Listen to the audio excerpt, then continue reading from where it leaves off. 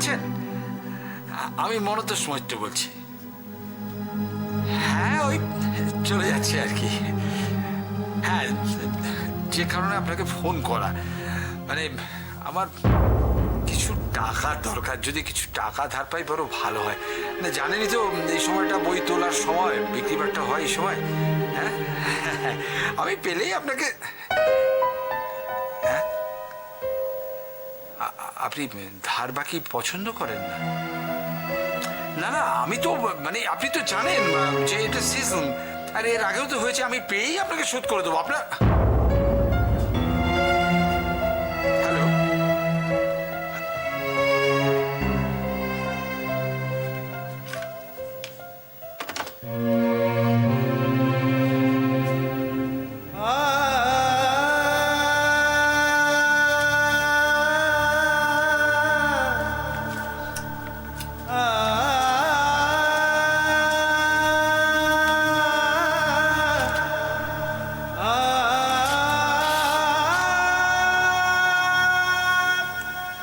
বাবা,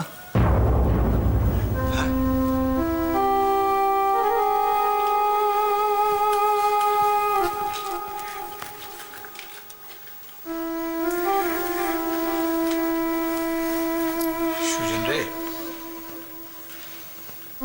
বইয়ের দোকানটা এবার কোথায় গেল?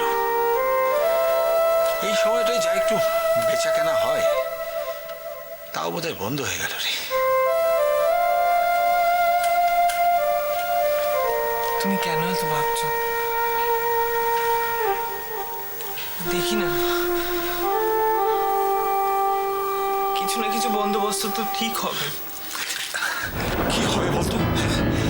কিভাবে বা হবে? সংসারের তো এই অবস্থা, এসব দেখে এভাবে চোখ বন্ধ করে থাকা যায়? বাবা, আমি তো আছি। আমি তো এবছর বিকমটাও পাশ করে যাব। কোনো না কোনো কাজ ঠিক জুটে যাবে, দেখো। আর একটা কথা, যত কষ্টই হোক বাবা, তুমি দাদাকে কিচ্ছু বলো না। দাদার উপর দিয়ে যা ঝড় হয়ে গেল, তারপর যদি আবার এসব কথা মাথায় ঢোকে, তাহলে অসুস্থ হয়ে পড়বে।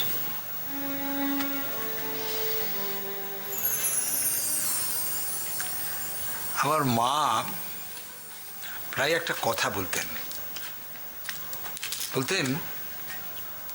তুমি কি খাচ্ছ সেটা বড় কথা নয়, কিভাবে খাচ্ছ সেটাই বড় কথা। পরস্পরের প্রতি যদি ভালোবাসা থাকে না, তাহলে পান্তা ভাত আর নুনও অমৃত হয়ে গেছে। মা কোথায় গো? মা কোথায় গেল? এই দেখো তো, বোধহয় ছাদে আছে। ছাদে? হ্যাঁ, দেখো। আমি জানি কোথায়? আর আমার কাজ আছে, বলো না। দেখো, কোথাও কোনো বান্ধবীর সাথে বসে চুটিয়ে তোমার গুণগান করছে। সুজন, লাগে না?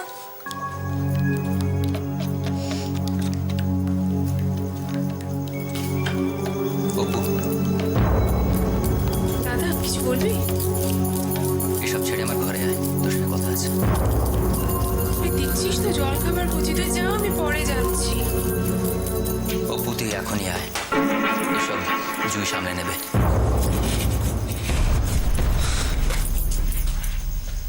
কিরে? আরে বললাম তো যাচ্ছি। কি এমন কথা যেটা এখন এখানে বলা যাচ্ছে না? বডি, এই বডি, এই খিদে পেয়েছে, তাড়াতাড়ি বেরোবো, খেতে দে। দেখলি তো, তুই যা, আমি আসছি। কি রান্না করছিস? আটা গোলা? গোলা রুটি? দারুণ, অনেক দিন খাই না। এই দাদা, দেখেছিস গোলা রুটি হচ্ছে? এই বলছি, শোন না, একটু চিনি দিয়ে ভালো করে বেশ জমিয়ে বানাবি, বুঝলি? চিঠির মতো হওয়া যায় বলে দিলাম। একটু গুড় হলে ভালো হতো, বুঝলি? শোন, জল খাবার করে দিচ্ছি। কি খেয়ে টিউশনিতে চলে যা, তারপর ভাত বসাচ্ছি। তুই ভাত খেয়ে কলেজ যাবি তো?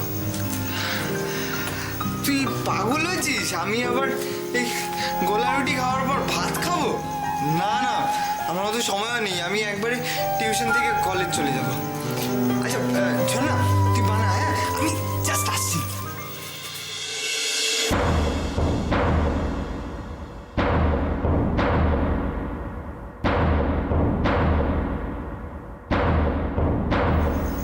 দাদা তোকেও দিয়ে দিই। হাত মুখ ধুয়েছিস? তোর অন্য কিছু পছন্দ হলে বল, অসুবিধা নেই কোনো। অপু, তুই আমার কাছ থেকে আর কি কি লুকিয়েছিস রে?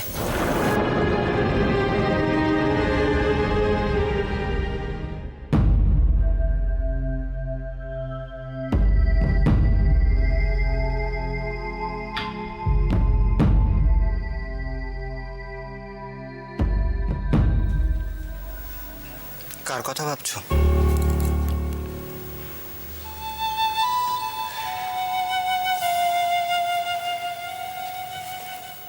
এবার কিন্তু আমি খুব রেগে যাবো বলে দিচ্ছি।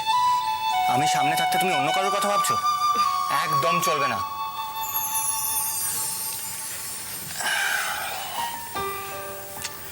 দেখো, এরকম মুড অফ করে থাকলে জুনিয়রেরও তো মন খারাপ হবে, তাই না? দাঁড়াও, আমি তোমার খাবারটা রেডি করতে বলছি। একদম কথা করিও না, কথা করিও না।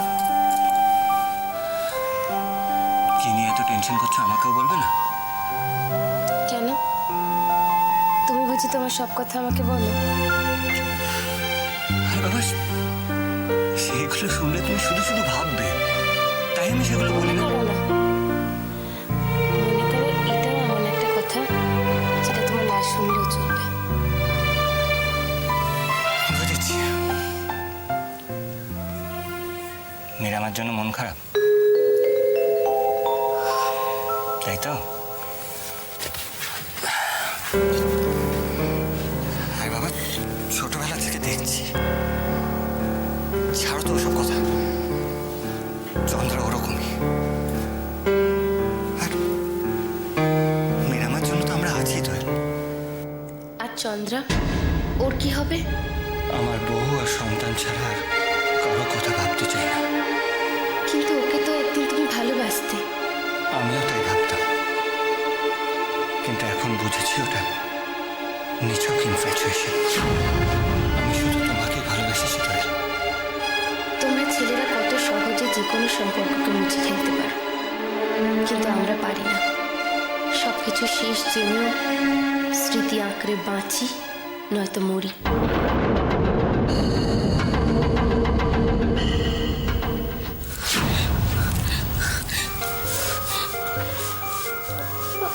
আমার খুব ভয় করছে রুদ্র।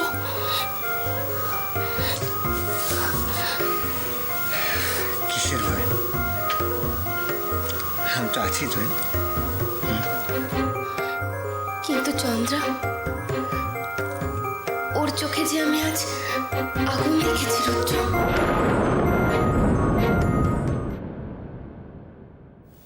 এসব তুই কি বলছিস? আমি তোর কাছে কি লুকিয়েছি? বাহ, চমৎকার। তুই তাহলে আমার সামনে দাঁড়িয়ে আমাকে দাদা তুই কেন রাগ করছিস? আমি কি করেছি সেটা বলবি তো? তোকে ওই বাড়ি থেকে চলে আসতে হলো কেন রে? এতদিন হয়ে গেল তুই এখানে আছিস, সৈকত থেকে একটাও ফোন করেন কেন? তুই আমাদের কারুককে ওদের সঙ্গে যোগাযোগ করতে দিচ্ছিস না কেন? তুই কি লুকোচ্ছিস অপু? আরে থাক না ওসব কথা। কিছু থাকবে না, তোকে আমি আজকে বলতেই হবে কি হয়েছে। সব কথা কি বলা যায়? না বলে বোঝানো যায় দাদা? বেশ, তাহলে আমি বলি, তুই শোন।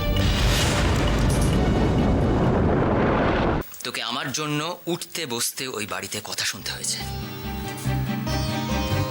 ওদের ইচ্ছের বিরুদ্ধে তুই আমার কেসটা লড়েছিস। তোকে আমি বারবার বলা সত্ত্বেও তুই সৈকতের সঙ্গে অশান্তি করেছিস। কি ঠিক বলছি আমি? না রে দাদা,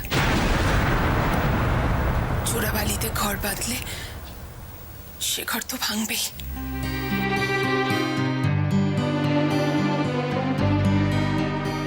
অপু, তুই কেন নিজের জীবনটা এইভাবে নষ্ট করে দিচ্ছিস রে? আমার এই মুক্তিটা কিসের মিনিমা বলতো? তোকে কাঁদিয়ে আমি মুক্তির আনন্দে নিজেকে ভাসিয়ে দেবো। তুই ভাবছিস এটা সম্ভব? তোর গুড ফর নাথিং দাদাটার জন্য তুই দিন রাত অপমান সহ্য করবি? আমি এখন কি করবো বলতো? তোকে কিভাবে সব ফিরিয়ে দেবো আমি? কেন দাদা, মনে কর না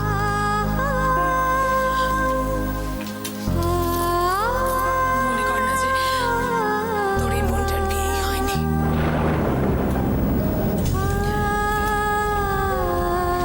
দেখিস আমরা ভাই বোনরা সবাই মিলে সুখে তোকে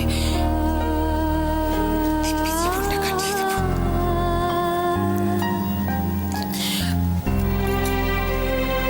পারবি না এই বোনটার দায়িত্ব নিতে?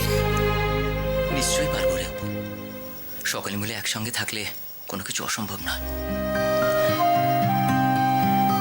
কিন্তু অপু, দিবাকর বাবু ডেথ বেডে। তোর মনে হয়নি এটা আমাদের জানানো উচিত? আমাদের কি এখন উচিত নয় ওনার খোঁজ নেওয়া?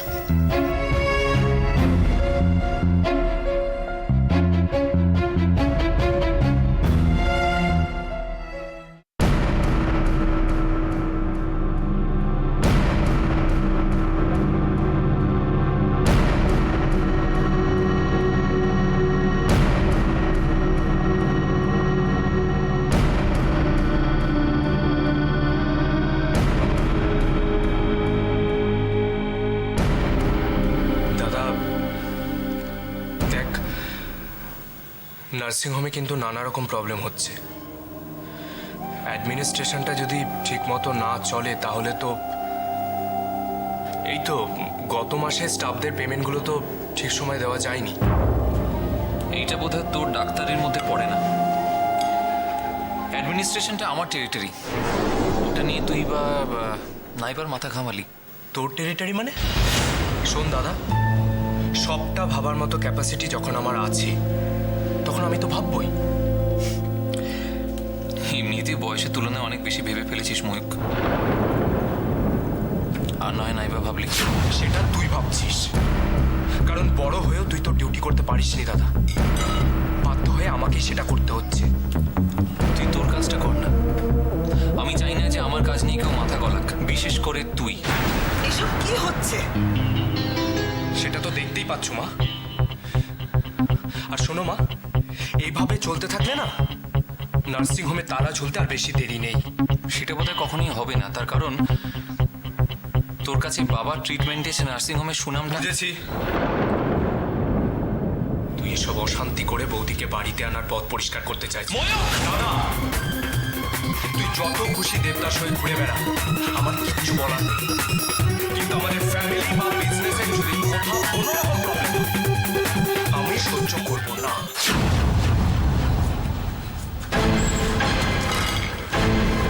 ছি ছি ছি ছি ছি ছি!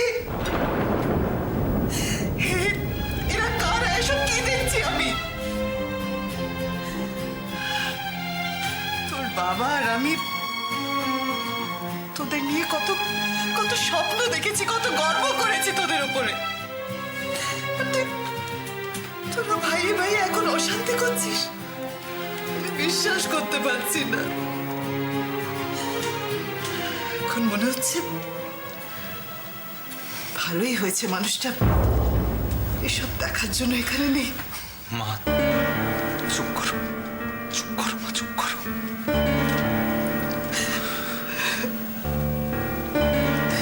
সংসারে আমার বিতৃষ্ণা এসে গেছে রে সৈকত।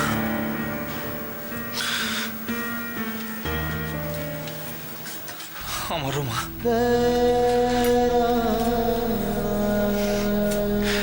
চলো আমরা দুজন অনেক দূরে কোথাও চলে যাই। আর কিছু ভালো লাগছে না, কিচ্ছু না। বাবা লাগছে না মা। কিচ্ছু ভালো লাগছে না। তুই এসব কথা জানলি কি করে? ও বাবা, আমি কি করে জানলাম, কোত্থেকে জানলাম, সেটা ইম্পর্ট্যান্ট নয়। না ইম্পর্ট্যান্ট। কি করে জানলি তুই? তুই তো কাল সারাদিন বাড়ি থেকে বেরোসনি। ও, তার মানে আমি বারণ করা সত্ত্বেও তুই ওদেরকে ফোন করেছিলি। অপু, তুই এইভাবে আসল কথাটা এড়িয়ে যাস না।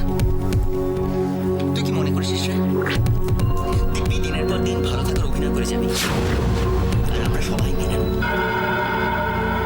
দেখো বউ, এই বাড়ির সকলে কিন্তু খুব সরল, কিন্তু বোকা কিন্তু কেউ নয়, কেউ নয়। তোর ভেতরে যে যন্ত্রণাটা লুকিয়ে রেখেছিস না, আমরা সবাই তা দেখতে পাই, কষ্ট পাই, মুখ ফুটে কিছু বলতে পারি না। চুপ কর না প্লিজ। দাদা প্লিজ তুই একটু চুপ কর। আর কত চুপ করে থাকবো রে? এতদিন তো চুপ করেই ছিলাম, যাতে এই কষ্টটা কম পাস। রোজ কি ভাবতাম জানিস, আজ হয়তো সৈকত আসবে,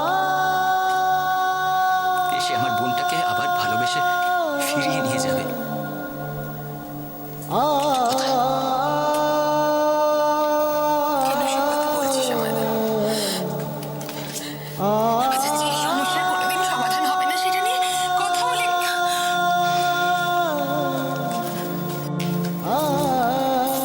দাদা, দাদা তুই ওকে ফোন করেছিলি? হ্যাঁ, কিন্তু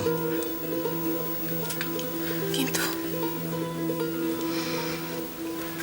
কিন্তু সৈকত ফোনটা ধরেনি।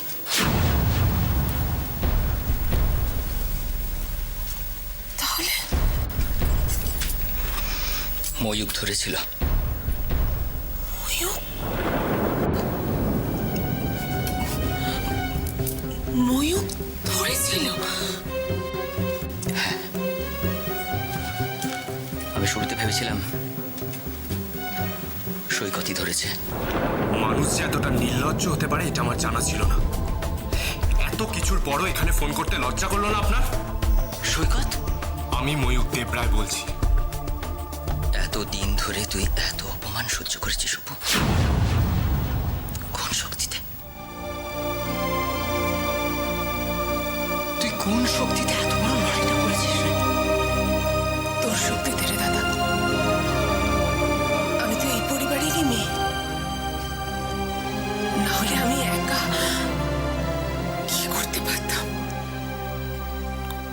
কতটুকুই বা ক্ষমতা কাকা।